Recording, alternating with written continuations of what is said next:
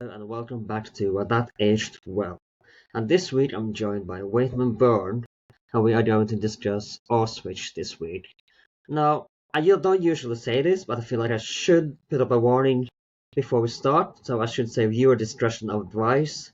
There will be disturbing content that we will discuss today, so just be warned that there might be this episode might not be for everyone, just putting it out there. Now, like I said, it's Auschwitz we are going to talk about today, and even today it's quite fair to say that the topic is quite controversial, and we're going to discuss this by the end of this episode. But I want to begin before Auschwitz, and I want to begin with a brief history of the Jewish and the Third Reich relations, if that's the best term for this, from the rise of the Third Reich until the start of the First World War and the invasion of Poland. So let's begin with a brief history from 1933 until 1939 and the invasion of Poland. I mean, that's a lot of history to cover in a short period of time. I mean, I'm going to assume some level of knowledge, I suppose, by the listeners. And essentially, after the defeat of Germany in the First World War, you have a country that is struggling economically, has been humiliated by the loss as well as the terms of the Versailles Treaty. And it's a time of political unrest on both sides, both ends of the political spectrum, from the right and the left. There are battles in the streets between the far right and communists and these kinds of things. And the German army makes probably the worst personnel decision in history by tasking a guy named Adolf Hitler with monitoring the activities of an extreme far-right political party. So it basically sends him to meetings to listen to far-right propaganda, which he loves, and very quickly becomes the leader of one of these parties, the National German Socialist Workers' Party. And he wants to, gain more and more power with it. His first attempt at that takes place in 1923 when he attempts what's known as the Munich Beer Hall Putsch, when he attempts to take power violently, hoping that the government and other organizations will rise up with him and support him, but in fact they don't. Even though it's the government and the people that he's trying to cater to are very conservative. One might even call them right-wing, but they are also very much sort of institutionalists. They don't want things to be done in a sort of violent, unlawful way. They defend the government and they destroy the Beer Hall Putsch. Hitler is arrested, goes to prison for a year or so, where he writes Mein Kampf, his famous sort of political treatise. And the learning point the learning point that he takes away from the Munich Beer Hall Putsch is that he needs to gain power legally, or at least through the legal political system. And so, to make a long story short, he works along with his other party leaders to make the Nazi Party into a very popular party with a lot of support amongst the population that caters to lots of different groups rather than sort of the very small group of super extremists. And he is able to, by building up the power of the Nazi Party, which never achieves a majority, but he's able to make it significant enough that he's invited into the government, at which point he is then able to essentially to take power and to remove his political opponents from the playing table. If I may chime in, it's interesting because I believe this is a more recent scholars believe that Hitler was actually, and Sir, I had Sir Richard J. Evans on a while back. I mean, this thought about Hitler was actually not really anti-Semitic until after the First World War. That it's only after the First World War that his anti-Semitism begins to show. It's a great question. I think it's a hard one because really all that we know directly from Hitler about the origins of his anti-Semitism comes from Mein Kampf, where he writes about that he was in Vienna and he saw an Eastern European Jew, and that was when he sort of had this awakening of his Which is anti-Semitism. ironic again, because most of his customers, when he painted those little postcards, were in fact Jewish, and a lot of his customers, with his artwork, I believe, were as well Jewish.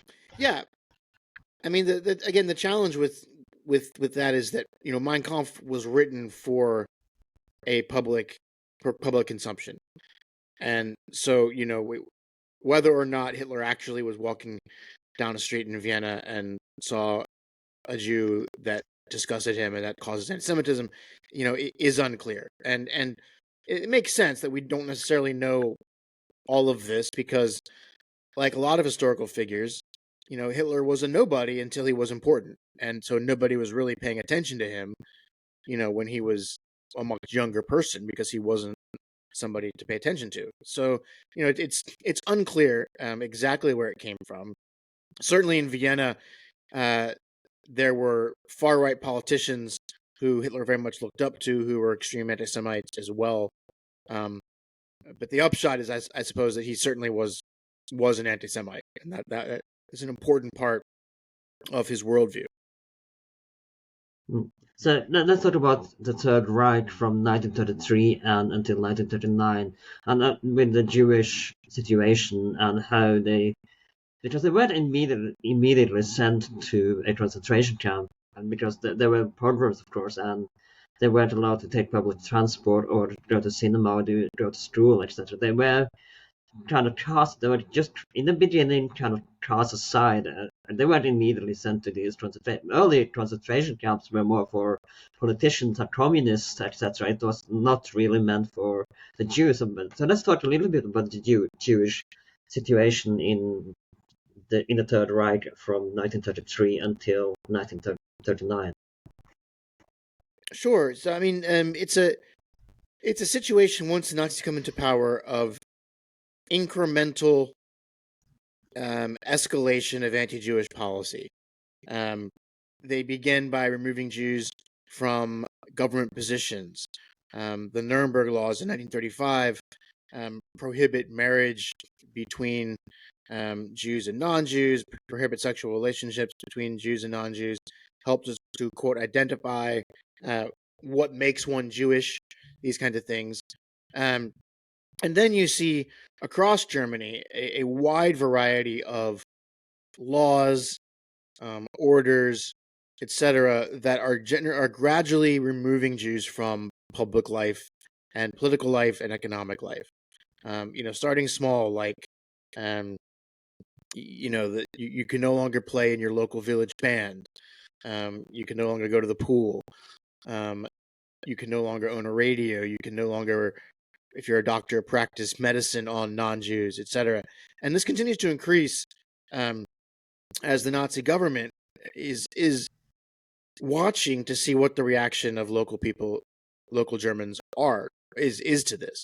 And as it sees that local Germans, most ordinary Germans, aren't particularly concerned or upset by it, it will go on to another level, and it sort of continues to increase. One of the key points of this is the November pogrom, or Kristallnacht, in 1938, where there is what the Nazis want to make appear as a sort of very spontaneous outbreak of anti-Jewish violence as a result in reaction to the assassination of a diplomat. In fact, it's actually quite planned by the Nazis. And after this, they intern a large number of German Jews in concentration camps, though most of them are released because the goal is to make life so intolerable in Germany that Jews will emigrate and will leave the country. And so you're right that the first concentration camps are established fundamentally for the removal of political enemies and the intimidation of political enemies. There are Jews in the early camps, but they're usually there because they also meet the category of a political enemy. After 1938, as I said, there's a large number of Jews that influx into the camp populations as part of the intimidation of trying to remove Jews from Germany.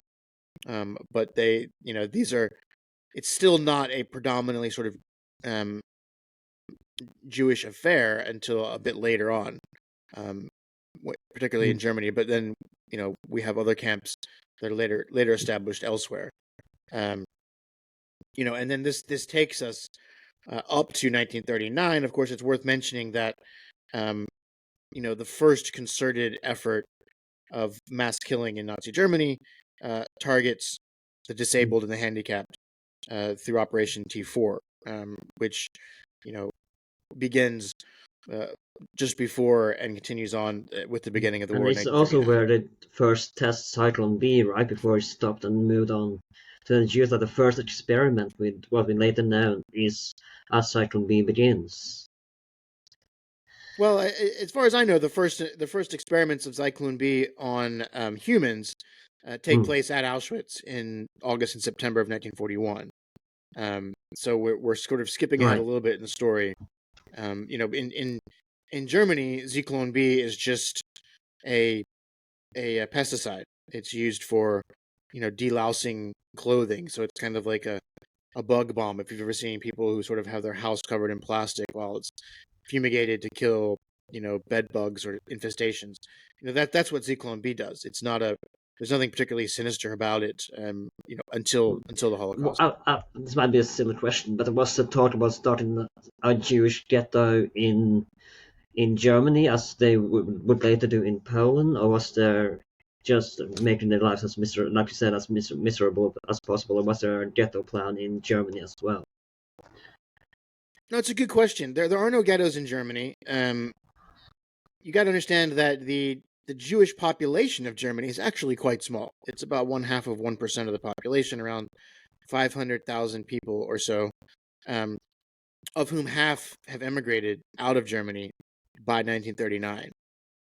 So, you simply don't have the numbers, in Germany that you have elsewhere. The Warsaw Ghetto has just almost as many Jews in it as all of Germany did in 1933 when the Nazis come to power. And so ghettos are really a phenomenon of Eastern Europe as a way to control the Jewish population, to expropriate property from them, and to hold them as the Nazis, are trying to figure out what they're going to do with them. So let's begin with the Polish invasion. Sorry, the German, not the Polish invasion of Germany, that would be wrong, but the German invasion of Poland, because even there, Jews are being used and dressed as Polish soldiers to use as an excuse to invade Poland. Of course, it's all a sham. But let's talk a little bit, but even there, the murders begin of the Jews. Yeah, exactly. I mean, the first, the so-called justification for the invasion of Poland in 1939 is this attack on the radio station, a German radio station at a place called Gleiwitz, and it's planned by Reinhard Heydrich, and they dress up a bunch of concentration camp prisoners who they've murdered and spread them around, as if they've killed them in an attack on this radio station, and then that begins the war. Provides the justification that Hitler wants for the invasion of the Soviet Union, the invasion of Poland, and accompanying the troops in that invasion are a number of groups called Einsatzgruppen, special action squads, and their goal, their mission, is to eliminate the upper level leadership of Poland. So it targets Polish nationals, non-Jewish Poles, in key leadership positions, and also quite often Jewish men, and particularly Jewish men in leadership positions. And so this is sort of the first iteration of a form of limited mass killing um, of Jews carried out by the Nazis. So let's before we go into Auschwitz and the building of Auschwitz, we will get to that fairly soon. But I want to begin with the Jewish ghetto and talk a little bit about the ghetto life before Auschwitz as well, under the Nazi takeover from 1939 until 1941, before Auschwitz has been built. Okay, I mean, so there are a number of camps and ghettos created throughout Europe. But again, most of the ghettos are established predominantly in Eastern Europe, and they take actually a variety of forms. You know, we sort of have in our mind the Warsaw Ghetto as kind of the archetype of what a ghetto is like. You know, with barbed wire and fences and walls and that kind of thing. And there are really closed ghettos like that around Poland, around Eastern Europe. But sometimes ghettos can also be of much different forms. They can be unsealed in the sense of there are areas where Jews are told to live, but there's no fence around it. In Budapest, for example, the ghettos, many of the ghettos, what constitute the ghetto were really individual houses or individual apartment buildings. Like this whole apartment building will now be a Jewish apartment building, this kind of thing. So they're very diverse, but they are a way of control. They're a method of control to consolidate Jewish populations, so that when the Nazis decide what they're going to do with them, it's much easier for them to gain control of them. Conditions in ghettos are awful, obviously, because that they cram way more people into a space than is safe from a hygiene perspective and everything else. Food supplies are limited. Supplies of everything, like medical equipment and medications, are obviously limited. Oftentimes, Jews are forced from the ghetto to do forced labor and these kinds of things. So it's a very intolerable situation, and of course, hundreds of thousands of Jews are dying or do die just living in ghettos. Particularly the young and the old and the infirm and those kinds of vulnerable people who don't do well in situations where there's no heat and there's no food and there's no medical treatment. This kind Now, of thing. what I think most people imagine the ghetto, they probably think about the movie The Pianist. So how well does it in representing the ghetto, especially the Warsaw Ghetto? And I think most people are probably associated with the ghetto. So I think probably if you've seen The Pianist, that is probably what you imagine the Jewish ghettos to be. So is it fairly accurate representation? Yeah, I think actually the Pianist is a pretty good representation of the Warsaw Ghetto. It does also a good job of showing that when you round up that many people, so for around 450,000 Jews, you also get people of all different classes, economic classes, social classes. You get good people, bad people, and so you have a very diverse population. So I think that it does do a good job of sort of showing what life is like and what the struggles are like for families that are living in the So Warsaw let's Ghetto. begin with the idea of Auschwitz. When do Auschwitz start to begin as an idea, and then that's when do actually the building start? Because I want to talk a little bit about the building of Auschwitz as well, because I read Laura's Rees book a while ago, and even that is a tragic story, the building of Auschwitz as well. So let's begin with the idea of Auschwitz as a concentration camp for the Jews. Sure. So it's initially planned as essentially a prison or a concentration camp in the model of those in Germany for Polish political prisoners. And during the end of 1939 and 1940, some Nazi individuals are traveling through Poland and they see this site.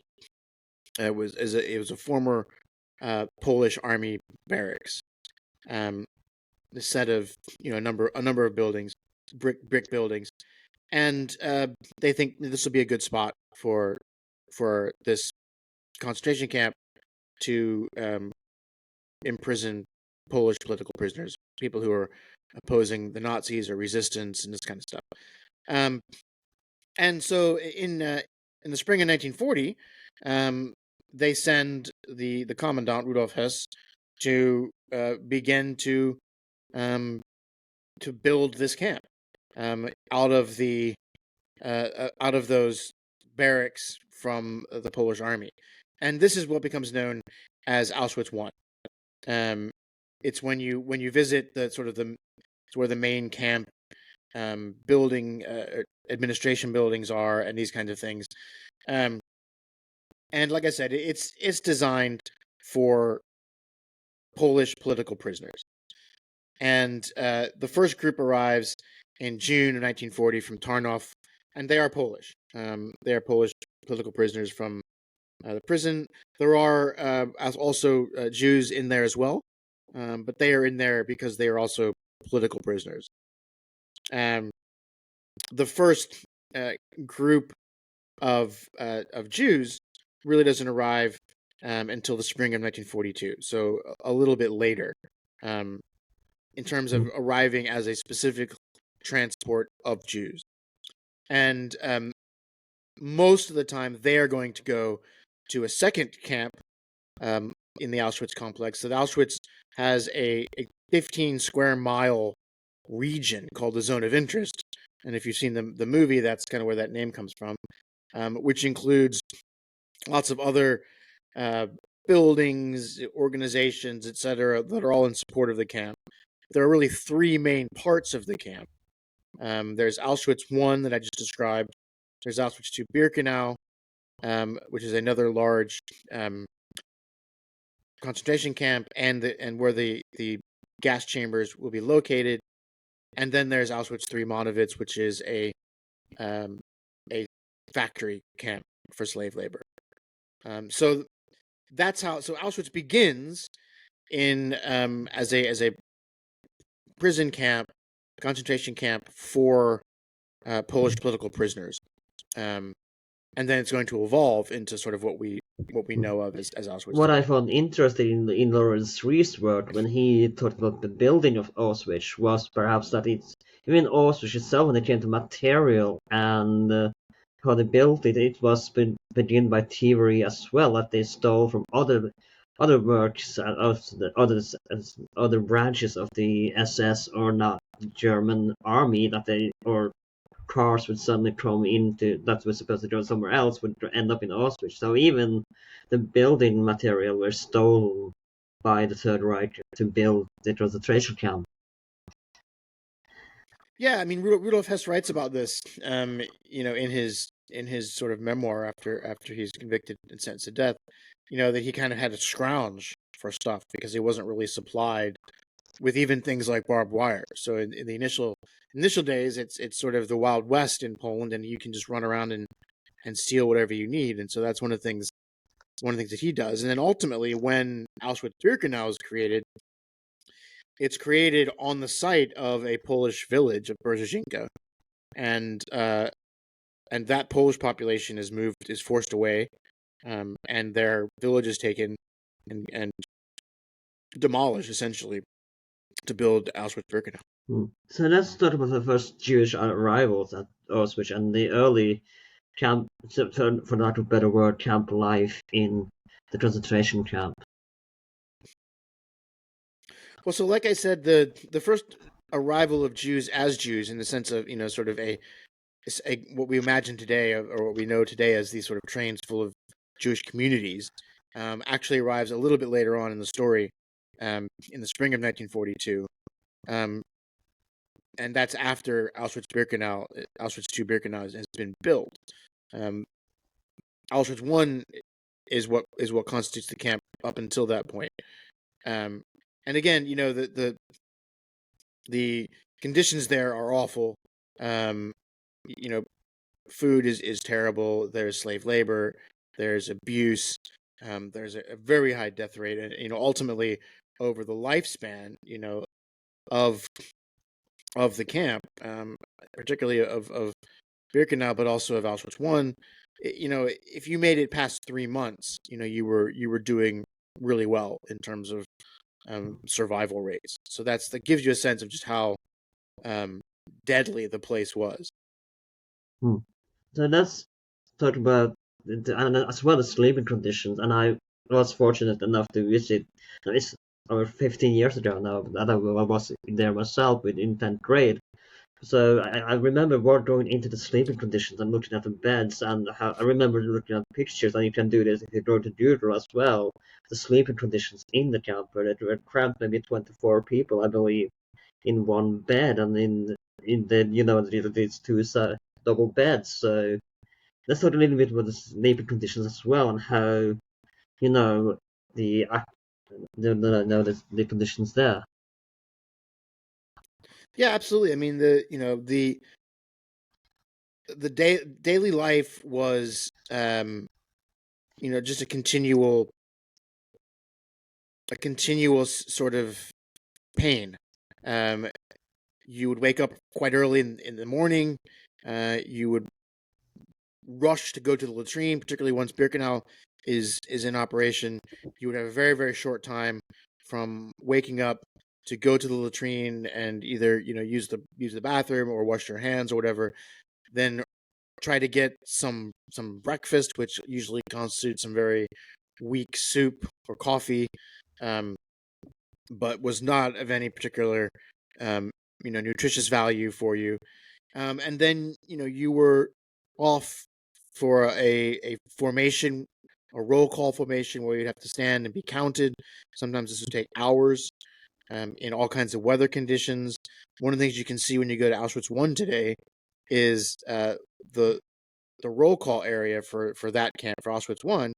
And something that a lot of people don't notice is there's like a little wooden house about the size of a couple of phone booths together, and that's where the guards would stand, because it would be incredibly cold and awful, and they would stand inside in the warmth while these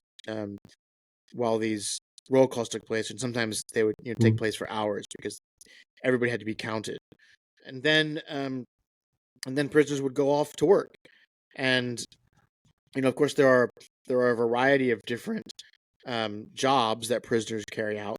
A lot of it is construction, so they also are building Birkenau, for example, and they're working in all kinds of different things.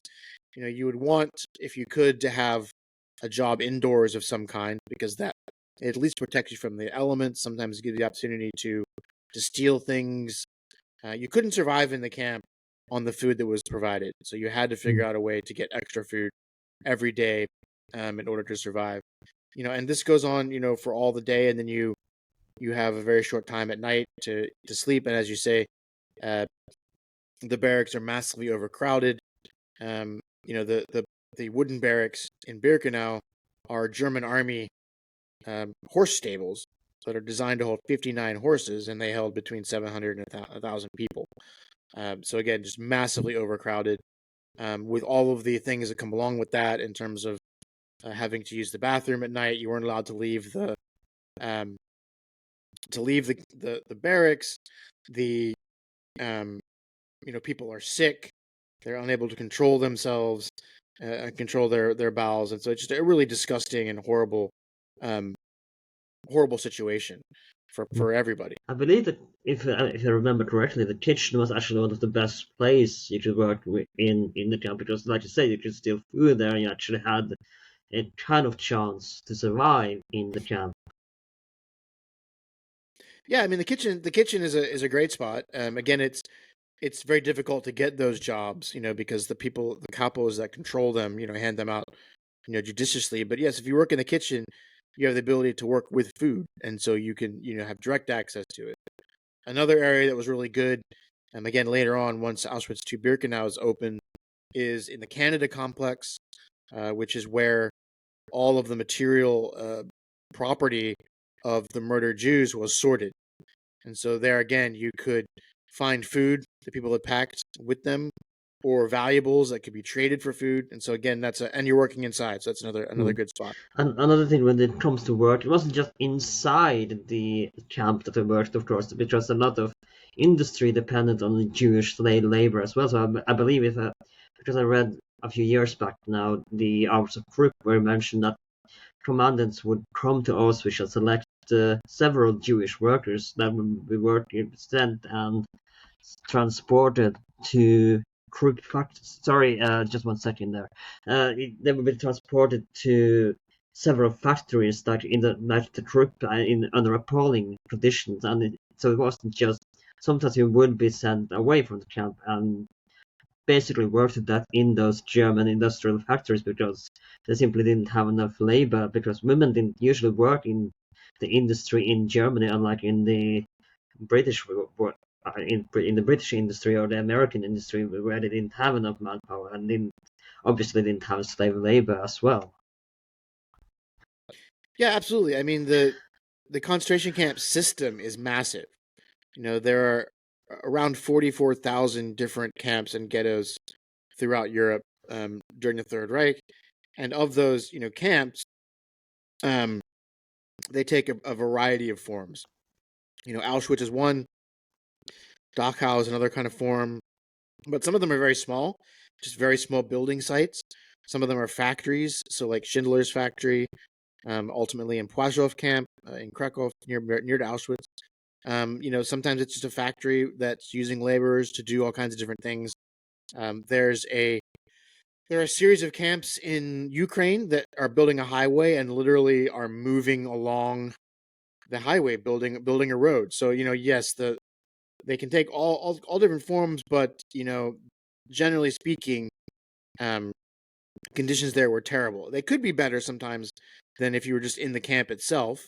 But there also were businesses and factories that treated their workers terribly as well. And another thing I think we should mention as well when it comes to survival in the camp, especially for women, sometimes you would be, I remember reading where they would be sometimes the mistress of a commandant, of course, that we talked about earlier, the relations between the so-called Aryan race and Jewish women were illegal, or men were, of course, forbidden by.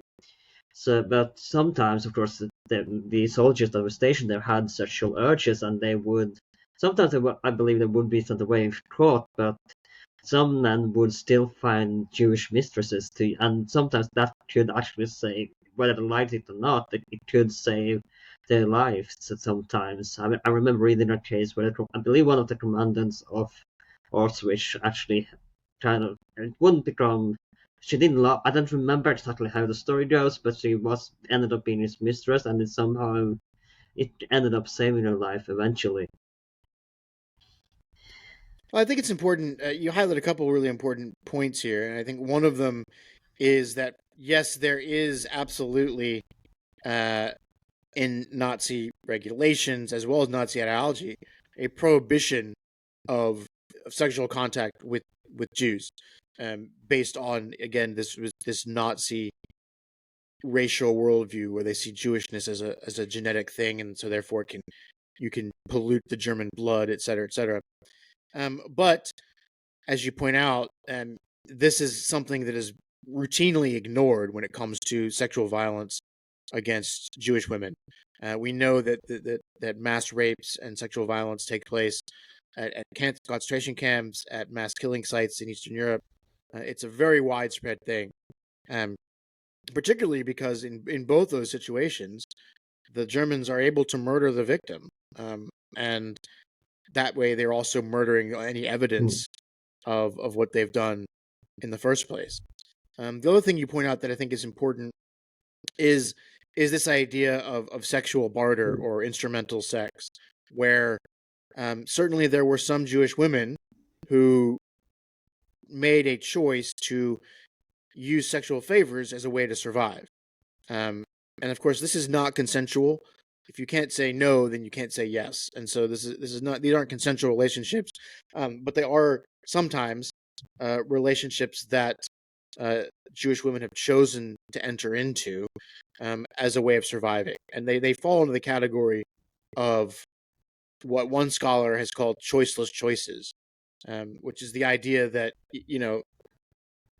you're during the Holocaust, you're simply trying to survive and you're trying to do the best you can, but you often have no good choices, and so oftentimes these instrumental relationships, these sexual favor relationships, we really shouldn't even call them relationships as such, are examples of choiceless choices, and that where again, some Jewish women have chosen to um, give sexual favors in order to And survive. again, what I remember from again, it's a long time ago, or maybe maybe 15 years ago. But I remember especially the Auschwitz trip when we came into a room where there was this little tiny room where Jewish prisoners, if they could be sent in to have themselves sexual pleasure, but the guard could stand on side to watch them have the prisoners have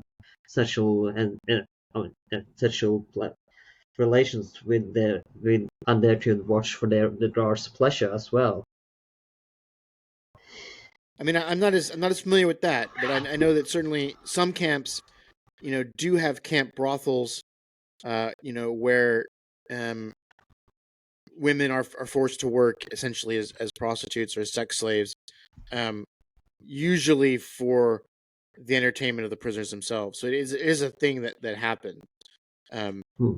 but I'm not as familiar with that particular example at Auschwitz. We'll come back to brothels later. Thank you for reminding me of that. But as well, let's talk a little bit about the extermination part as well, because that's arguably what Auschwitz is famous for, because it was the center of the Jewish extermination. So I wanted to talk a little bit about the Jewish extermination before Cyclone B took place, because and again, I believe one of the reasons that scholars say that one of is to ease the pain, relieve the pain for the soldiers as well, because obviously murdering hundreds of Jews every day would take heavily toll on the soldiers. Not that I necessarily feel sorry for them, but even if you had murdered people right in front of you day after day after day in mass graves, it would obviously be stay with you, and some soldiers would start drinking and have to live with that for the rest of their lives, that they murdered 10,000 perhaps of a due time in Auschwitz. So let's talk a little bit about the extermination before Cyclone B came, as we again that what is perhaps most famous for in the Jewish Holocaust. Sure. So, first of all, it's worth pointing out that the Nazis try other methods of removing Jews from Germany, um, before uh, before they settle on physically murdering them. I believe, I'm Things sorry for like the interrupting you, but we should mention, though it sounds ludicrous, it was actually kind of seriously taken to send them to Madagascar for some reason. That would be an ideal place for the Jews. Yeah, I mean, this is something that, again, there had been. The idea of sending Jews to Madagascar is something that sort of predates the Nazis as well, that have been kicked around by anti-Semites before. But it is taken seriously, and they do plan for it. But of course, the nature of the war and the fact that the Germans don't control the oceans and don't even have the shipping to get them in the first place means that one doesn't work. They also had tried before that a plan to send Jews to a reservation, their word, in Poland. That doesn't work for a variety of reasons. And then the final plan is sort of like less well worked out, is to send all the Jews east of the Ural mountain ranges into sort of Asiatic Russia, which also doesn't work because the Germans don't get to the Ural Mountains in their military campaign against the Russians. And so, you have a decision that's made in the summer and fall of 1941 that the so-called final solution to the Jewish question in Europe, the Jewish question being a self-imposed anti-Semitic one of what do we do with the Jews, is that they're going to be murdered. And we first see this, as you point out, with the Einsatzgruppen in the Soviet Union, which are traveling behind German army formations and rounding up and murdering first communist functionaries and Jewish men of military age, but then very quickly in the summer fall of 1941 are shifting to murdering all Jews, regardless of age and gender. Your point is a good one, but it's not the key reason why there's a shift to stationary killing. As you point out, it is traumatic, and I don't use that word sympathetically, but just descriptively. It is traumatic for the killers to be involved in that because they're witnessing terrible things and they're covered in blood and brain matter and these kinds of things. It doesn't, as you point out, mean that they necessarily disagree with what they're doing, but it is certainly not a pleasant thing to do. Himmler does point this out as something to be aware of amongst the killers. But really, I think the reason for a shift to a stationary killing process, i.e., instead of bringing the killers to the victims by traveling, you bring the victims to a central location and kill them, is really the numbers. As I pointed out, there were only 250,000 Jews or so in Germany at the beginning of the war. As soon as they take Poland, they now have 3 million Polish Jews, which is exponentially increasing the numbers, and then they get more and more the farther east they go. So it just really makes logistical sense to build stationary killing centers. And this, again, they're drawing on their lessons that they've learned from the T4 program of murdering the disabled, which also involved gas chambers and transportation and subterfuge and all these kinds of things. And they build first a set of the first camp that is in operation as a killing center is the camp of Kelmno, which uses mobile gas vans actually as a killing apparatus. But then very quickly after that, construction begins on the 3 Operation Reinhard camps, which are Belzec, Sobibor, and Treblinka. All of those camps use carbon monoxide as a killing agent. It's only Auschwitz, really, and Majdanek to a lesser extent, that use Zyklon B as a killing agent. And of course, these things are overlapping, right? Because, as I mentioned earlier, in August and September of 1941, Auschwitz carries out its first experiments into the use of Zyklon B as a killing agent. And these take place first in the basement of Block 11 in Auschwitz I, and then in the crematorium building, as also in Auschwitz I, so crematorium Now, 1. of course, I feel like we have to discuss the kind of, I would call it the elephant in the room, which is, of course, Adolf Eichmann's role in this. And, of course, I believe he was called the architect of the Holocaust. So let's talk a little bit about Eichmann's role here. Well, really Reinhard Heydrich is the architect of the Holocaust. He's the guy it's really, managing everything at the higher level. Eichmann's role is much lower than that. He's kind of a middle manager, but his area of specialty is as a transportation guy. He first is sort of cuts his teeth as the immigration expert in Vienna in Austria, helping, and I'm using scare quotes here, facilitating the forced emigration of Austrian Jews. So he becomes known as a guy who knows how to move people, and he's eventually put in charge of Section 4B4 in the Reich Security Main Office, the SS, which is the office responsible for Jewish affairs and transportation. And so then he becomes, once the decision is made to murder Jews, he becomes the guy who arranges the deportations. His office arranges the deportations, the trains from the ghettos and elsewhere in Europe to the extermination centers. And so that's really what his role really is as a transportation expert. Now, I want to talk a little bit about, as well, we talked about this earlier, that it will be a little bit later on that we get the famous train into Auschwitz. So let's talk about the famous arrival, and of course this is what you first see when you enter, and the famous picture of the of the building and the train station at Auschwitz. So let's talk a little bit about the arrival and selection of the famous selections of those who were chosen to go into the gas chambers and those who were set to work in the concentration camp.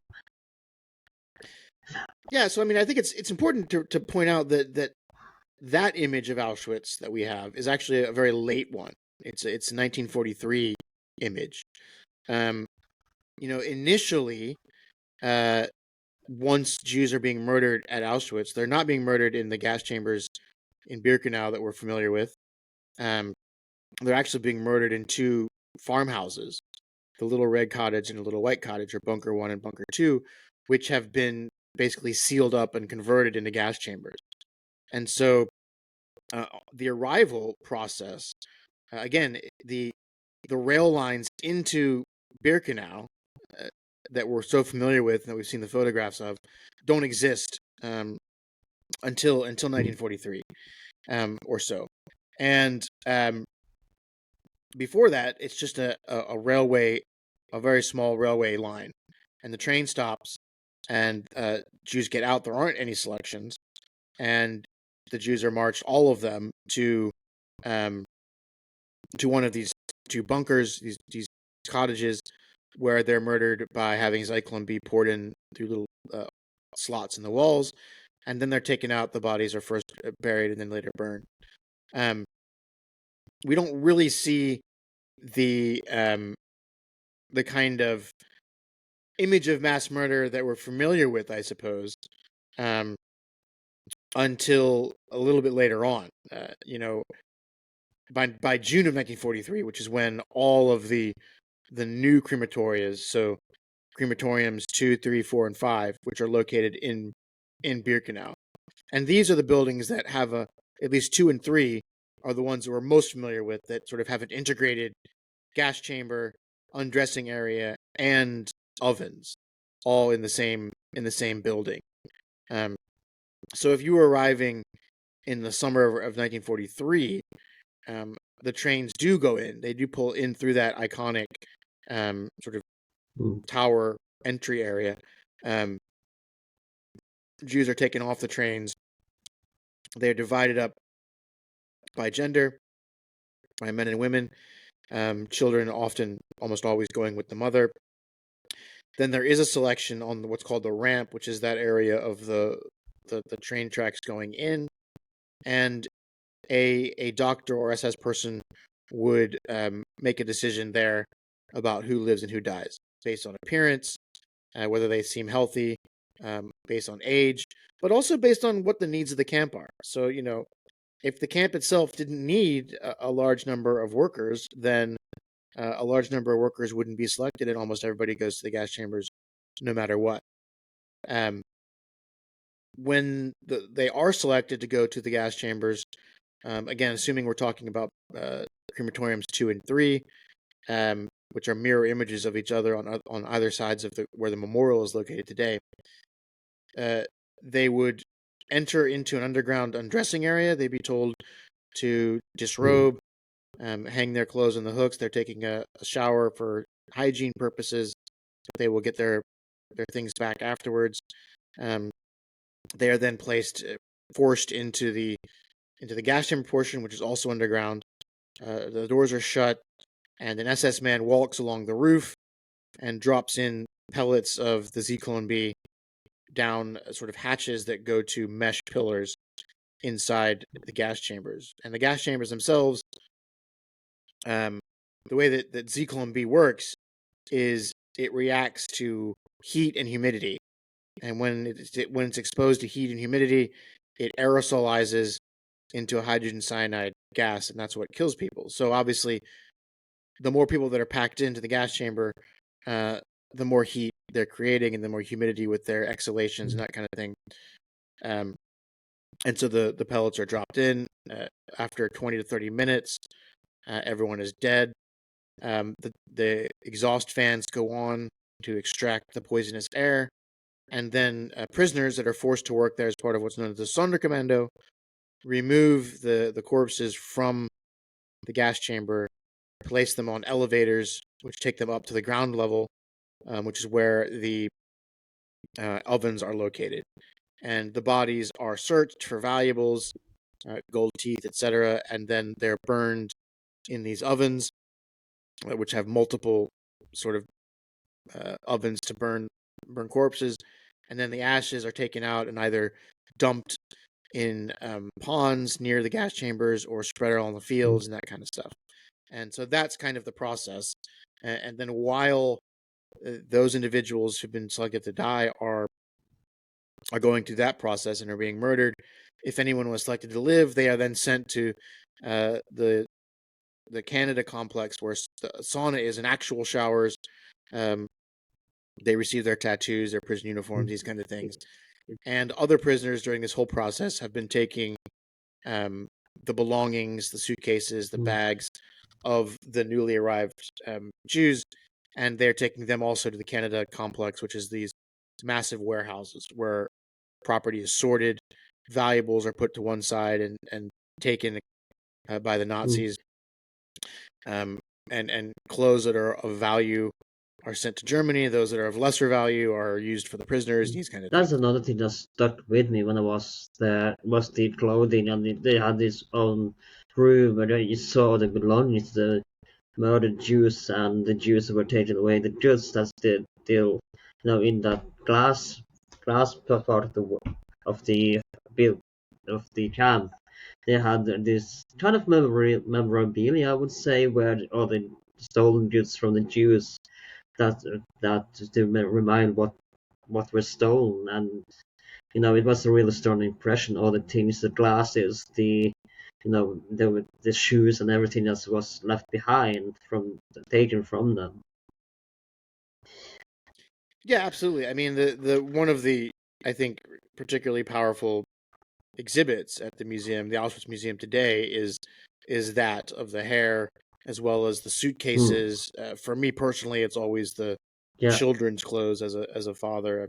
That's always particularly powerful as well. But yeah, I mean, it gives you a sense of the scale to see, piles and piles of yeah, eyeglasses, and you think about, how many people does it take to get that many eyeglasses, considering that not everybody wears eyeglasses. you know so it must, it gives you a sense of the scale of how many hundreds of thousands and millions of people are being murdered. and I don't know that it's a strong, hard episode to do this episode, because normally this is a really heavy topic, and it's even controversial today. So sorry for if I don't find the right words or stutter, but it's kind of a hard episode to talk about about I think. But another thing I want to talk about is, and we're going to talk about Block 11 soon, and I'm sorry if I switch a little bit on the list I sent you, but I want to talk a little bit about the escape attempts, because even if of course you would want to, but wouldn't you want to get away from that place? But even if you were successfully able to escape from the camp, it would have severe consequences for those left behind. So let's talk a little bit about the consequences and the escape attempts of the Jewish prisoners, and how they were able to actually, some of them were actually able to escape from the camp. And I mean, there are a number of escape attempts, and I'm not going to get into them mm, all in sort of detail. But there are a lot more than you might think. But you're right, particularly for Jews, less so for Poles, or for non-Jewish Poles, but particularly for Jews. Once you've escaped the wires of the camp, um, you're still in Poland, which is not a super hospitable place for Jews on the run. Both because, yes, there are a number of Poles that are anti-Semitic and are not welcoming, and will turn you in or take advantage of you, but also, um, even well-meaning Poles are under the threat of being murdered along with their whole family mm, if they help you, and so it's a very, very difficult. And of course, you look different. You have your head shaved. You're wearing a prisoner uniform. Um, and as I mentioned, even if you escape, for example, from Birkenau, you are still in the middle of this 15 square mile zone of interest that's full of SS and all kinds of other people. So it's very difficult, and there are some that are successful. most of them are non-Jewish Poles, are working with the resistance and have some support, particularly because when they escape as a Pole, you can blend in with the population, you speak the language without an accent, and you have contacts often. So, it really depends. A lot of it depends on luck too, of like who you run into. If you run into someone that's helpful, then you might survive, and if you happen to run into somebody who's not, then you may not Hmm. survive.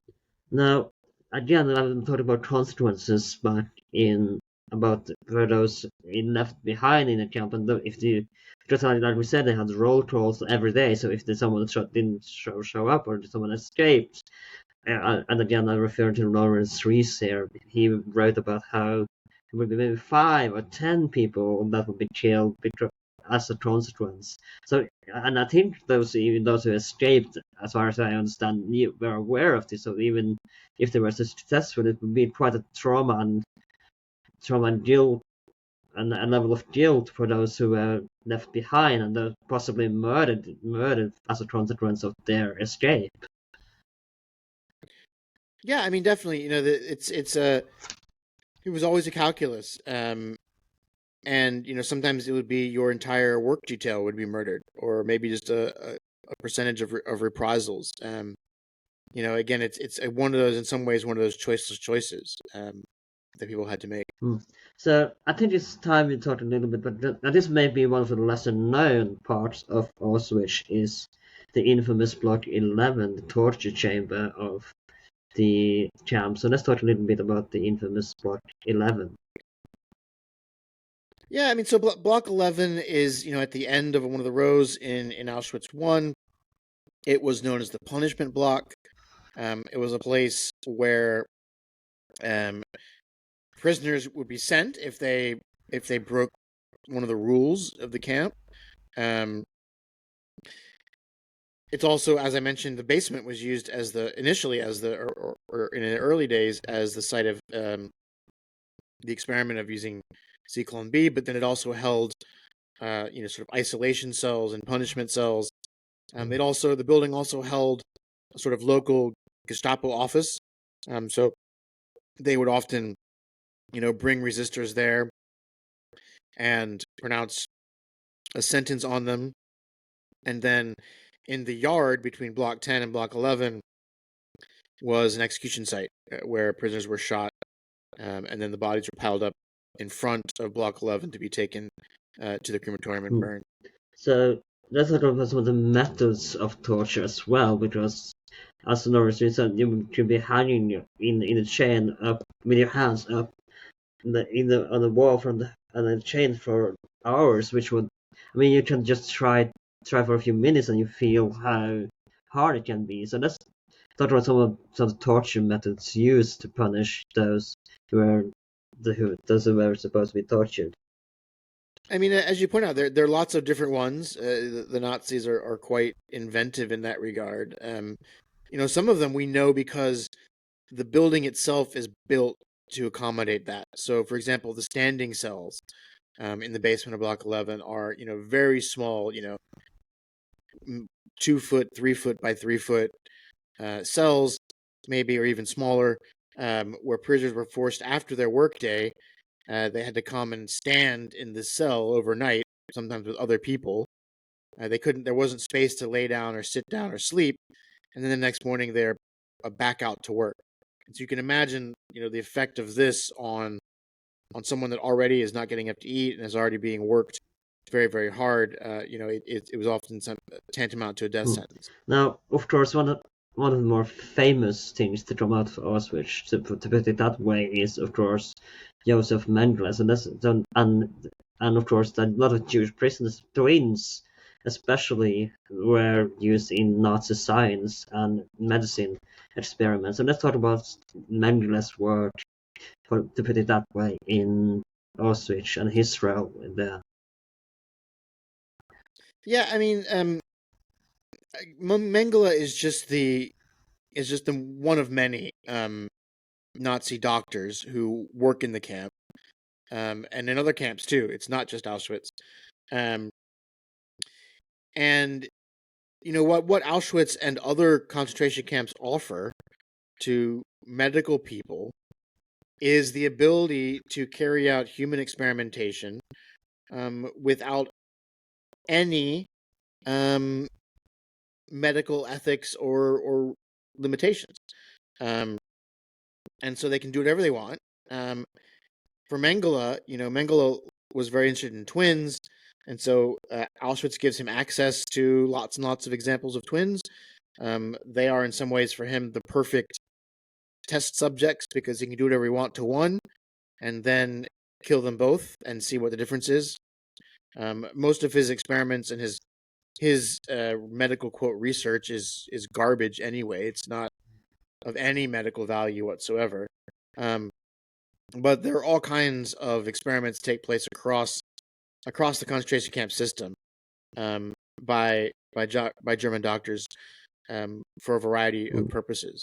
Of course, Mengele is one, and of course, one of the other duties of a doctor at Auschwitz is to be on the ramp. And so another thing that he did was he would be on the ramp selecting people to live or die. Was there actually any progress done in that regard, or was it just nonsense, Nazi mumbo jumbo, to put it that way? I mean, I would say that the vast majority of Nazi medical experimentation is of extremely limited medical value whatsoever. There are a few things that sort of did have some utility. Again, they were obviously completely unethical and resulted in the murder of innocent people. But for example, some of the experiments in high pressure did result in pressure tables that were useful, to people, as well as some of the experiments about body temperatures. But again, they all came from people being murdered. But I think on the whole, most of the medical experimentation is of very little value. It was mostly for the sake of cruelty that they tested these experiments. Well, I mean, some of it was about sterilization, because one of the goals was to figure out a way to quickly sterilize people so they couldn't procreate, people that were deemed, not of sufficient racial value. But again, that's not something that is, really needed in a normal, peaceful, democratic society either. So, what was the deal with twins and the obsessions with twins that came to the agenda that Mengele might be most famous for? Well, I mean, Mengele is just interested in heredity, and so he's interested in, how people are bred, essentially. He and other Nazi doctors are kind of interested in those things as well, and so, twins provide an insight into that, and again, they also provide a built-in control, where you can do something. Very rarely in normal ethical medical experimentation do you have twins so that you can do your experiment, you're testing on one, and have literally a genetically identical person to compare your test with. But because of the Holocaust, Mengele had the opportunity to do that. So again, that's one of the reasons he's interested in that, because it provides a sort of perfect test subjects for whatever he wants to do. And he did stuff with eye color and all kinds of different things, but mostly for his own sort of self-promotion. We talked mostly about Auschwitz itself so far, but I want to talk a little bit about the Allied side and how much aware were the Allies of camps such as Auschwitz, Birkenau, Dachau, and the extermination and that took place. And even if they were well aware, was there anything they should have done to help ease the for the Jews that were in the camps? I mean, for the POWs, of course, you famously have the Red Cross parcels that were sent sometimes by plane over of the POW camps. But there was, as far as I'm aware, there was no such thing for the concentration camps. So, was there anything that the Allies could perhaps have done, or what? what was the situation with the Allied side when it came to the concentration camps such as Auschwitz and other sites? Well, it's important to point out that yes, the Allies do have actually a significant amount of information about what's going on. The British already in 1941 are understanding via their um, deciphering of Nazi communications that there is a mass murder going on the Eastern Front of Jews. There are several important people who escaped from Auschwitz. The Verba Wetzler report of 2 people that escaped, as well as all kinds of witness statements, do filter their way through the Allies. So the governments know that this is going on. The challenge, in the second part of your sort of question here of what could be done, is actually quite limited. Most of the places that where Jews are being murdered are out of reach of Allied bombing or reach in any real sense for most of the war. And really only Auschwitz is a place that is within reach ultimately by 1944. But of course, this question of bombing Auschwitz is a frequent one. It was done. They bombed Auschwitz III Monowitz. They could have bombed Birkenau, but with the technology available at the time, whether or not they could have actually targeted and hit the gas chambers is very much an open question. Could they have done that without essentially killing everyone in the camp is another question. And then had they even taken out the gas chambers, we know the Nazis continued to murder people by shooting throughout the Holocaust. And so, what's to say they wouldn't have done that as well? So it's for my short answer to that question is always that I think it would have been important to try to bomb Auschwitz, if only for sort of the moral reason of saying that we tried to bomb Auschwitz and let the Germans know that we knew what was going on there.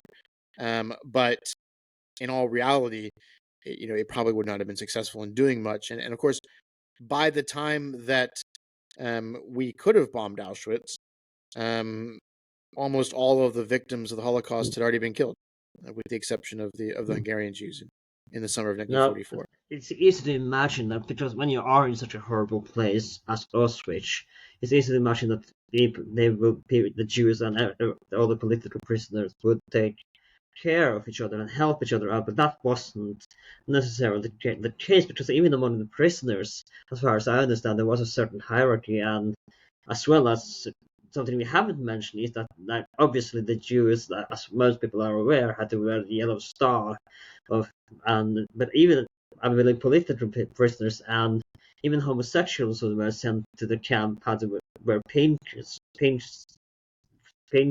star, maybe not star, but pink bracelet or something. I don't remember exactly what they had to wear, but they were, and even among the prisoners there were a certain hierarchy as far as I remember. So let's talk a little bit about the hierarchy of the camp among the prisoners.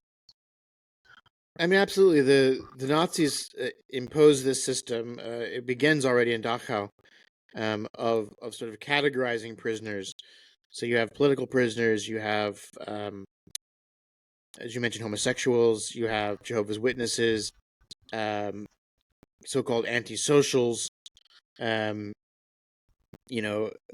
career criminals. There's a variety of different groups. And there is a hierarchy of them, and obviously Jews fall towards the bottom of those, though arguably sometimes homosexuals even fall below that. And this does sort of result in different treatment. Oftentimes again, the capos, particularly higher ranking capos, are non-Jewish, and there's often a sort of competition for the good work details and these kinds of things within the camp. And as you point out, the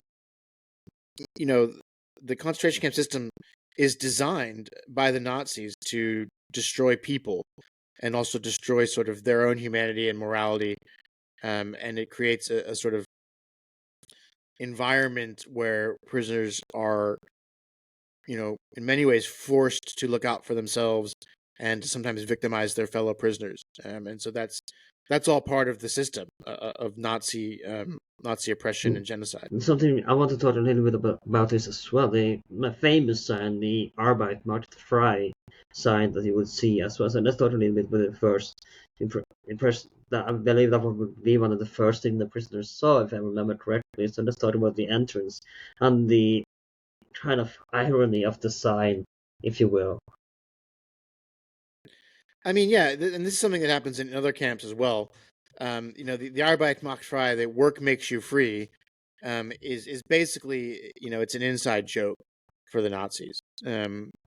Today's words, it'd be like a meme, and it's just a joke about, your work is not going to make them free; they're all going to die.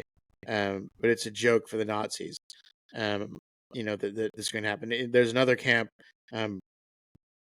Buchenwald, where they have another slogan on the gate that says "to each his own," and again, it's kind of a sort of inside joke or another way of sort of dehumanizing the people and pointing out that they're in a sort of hopeless situation. Now let's talk about I'm gonna hesitate in using the word, and I'm gonna use it as quote liberation of the camp. And when Himmler realized that the Nazis are gonna lose the war, and he tries to use the Jews as a bargaining chip to get free from the Allies, and how he forced them to march towards to trade the Jews for his own freedom. And of course, we know it fails, but let's talk a little bit about the so-called Himmler liberation attempts.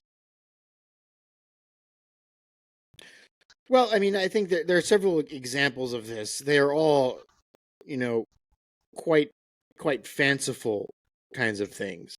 Where Eichmann, for example, tries to negotiate for 10,000 trucks in exchange for Jews to help the war effort.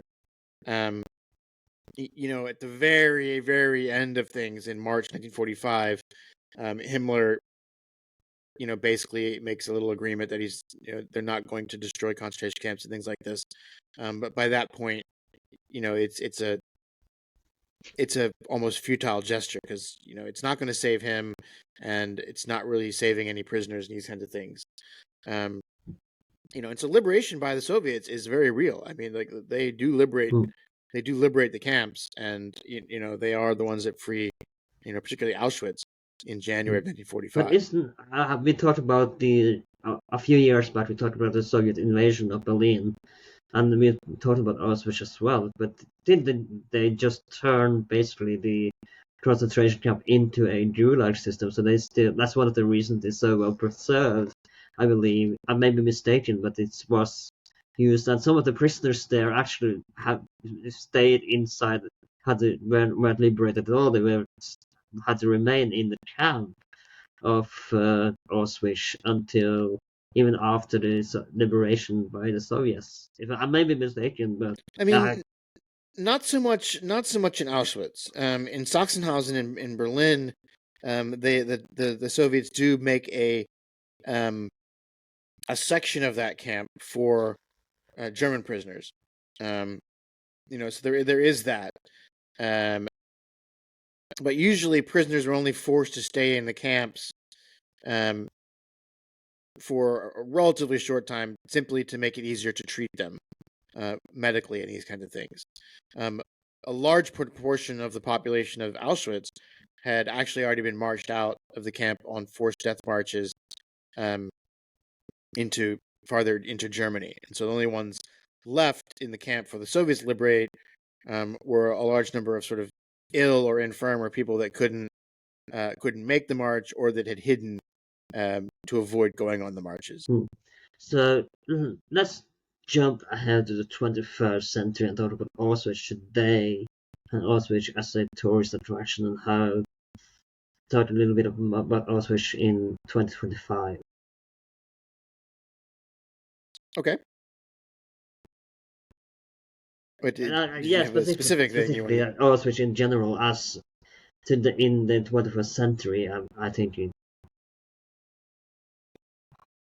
I mean, it certainly serves in many ways as a symbol of the Holocaust. Um, I'm not sure that's always the great thing, because it in some ways elides a lot of other experiences um, of the Holocaust and other sites of the Holocaust as well.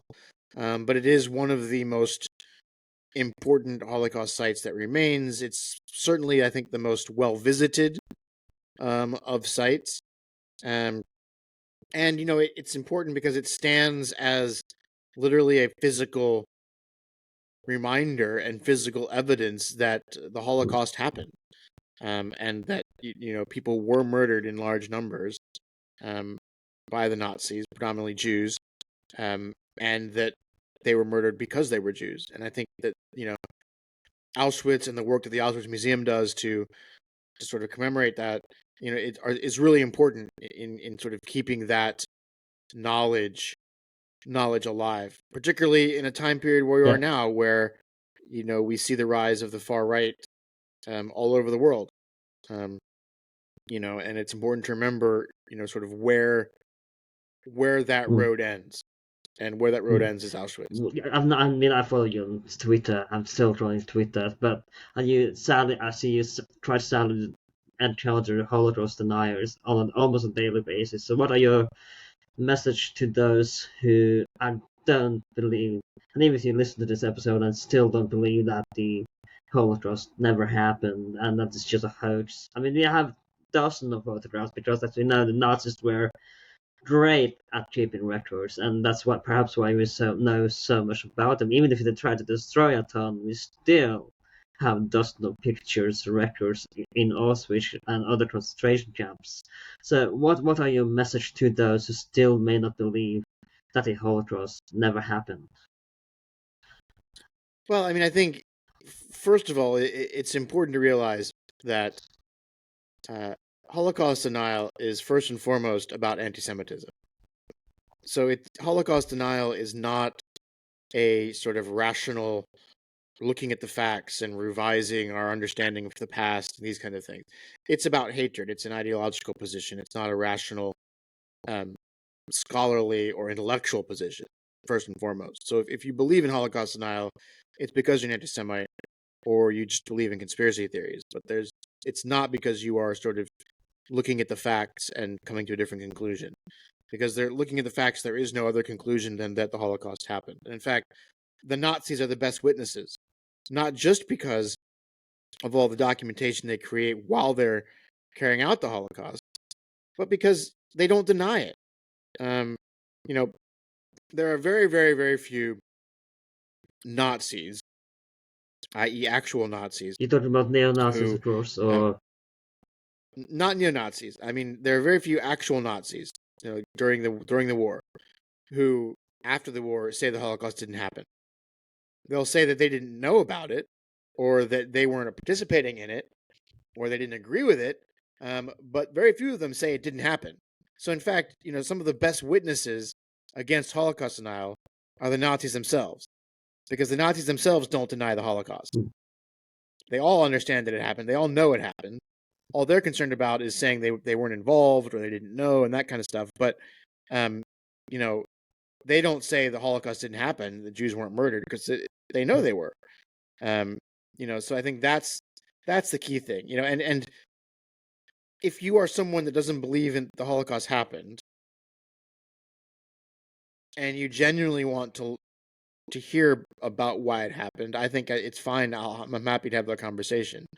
The problem is that most people that fall into that category are coming to it because they're anti-Semitic, not because they are just curious and ignorant and didn't know about it, and need someone to sort of give them the now information. I want to end on the last topic because there's been quite a few of movies and series about the Auschwitz, and we mentioned The Pianist earlier.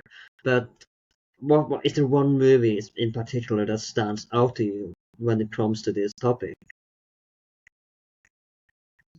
I mean, I think if we're talking about Auschwitz, the best film I can recommend is The Son of Saul. Um, it's a Hungarian film. It's absolutely harrowing.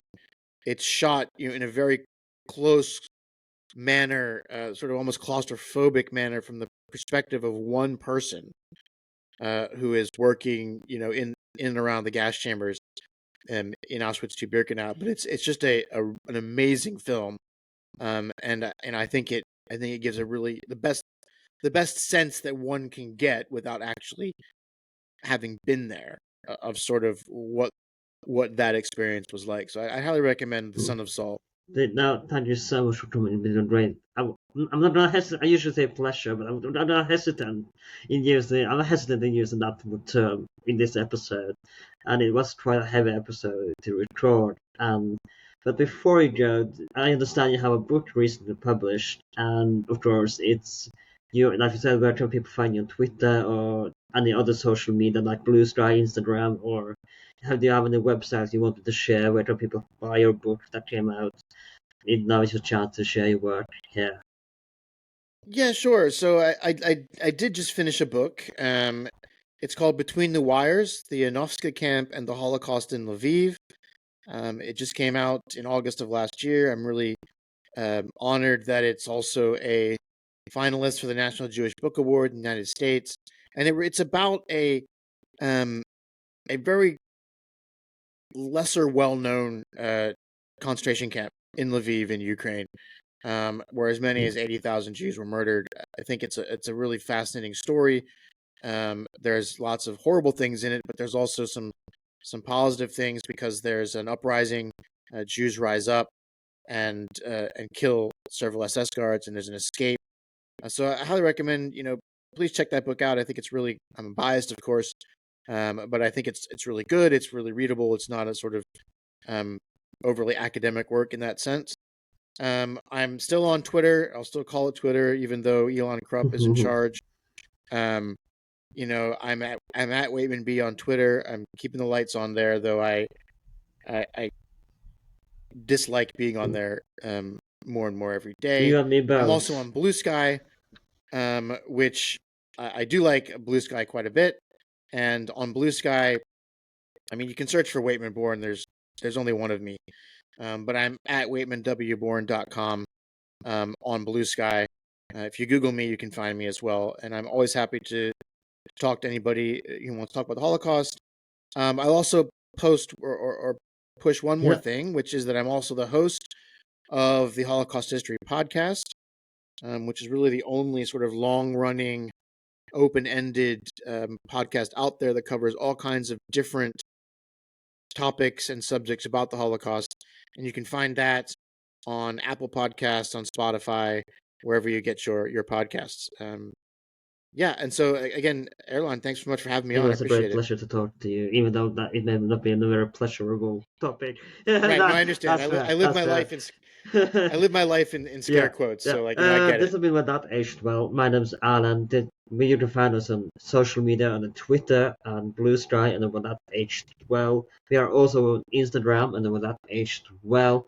We always try to share episodes on Twitter and Bluesky that come up this week. So if you want to know what episode we have in the following weeks, make sure to follow us on both social medias up there, preferably Bluesky. I'm trying to build up there, and hopefully we will leave Twitter one day. So make sure to find us on social media. When it comes to where you can find the podcasts, we are available on Spotify, Apple Podcasts, YouTube, wherever you can find podcasts. If you're on Spotify, consider giving us 5 stars if you like this episode, or if you hate on podcast, or if you hate the podcast, you can of course give us 1 star. So that's what I'm usually saying it's a free world, at least, but I'm not sure how relevant that is anymore. So, but if you are on Apple Podcast, you write a review, that would be lovely. And if you are on YouTube, leave a comment. You can also leave a comment on Spotify. So if you have any thoughts on the Holocaust or in general about the atrocities committed to Nazis, feel free to share your thoughts and, of course, what do you think about the episode. So my name is Erlend. Please like, share, and subscribe. And I'll see you next time.